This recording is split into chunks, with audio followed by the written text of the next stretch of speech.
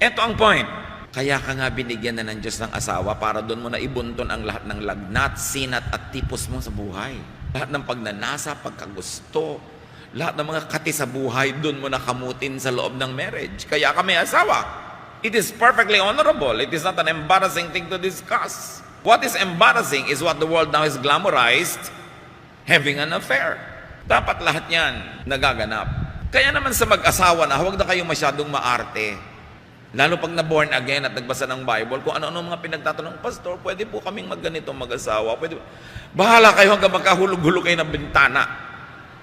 Kasi kasal naman kayo. Sa harap ng Diyos, sa harap ng langit. Anong tatanong-tanong pa kayo? Religiosity is meant to beautify your life, not to take away the pleasures that are allowed in marriage.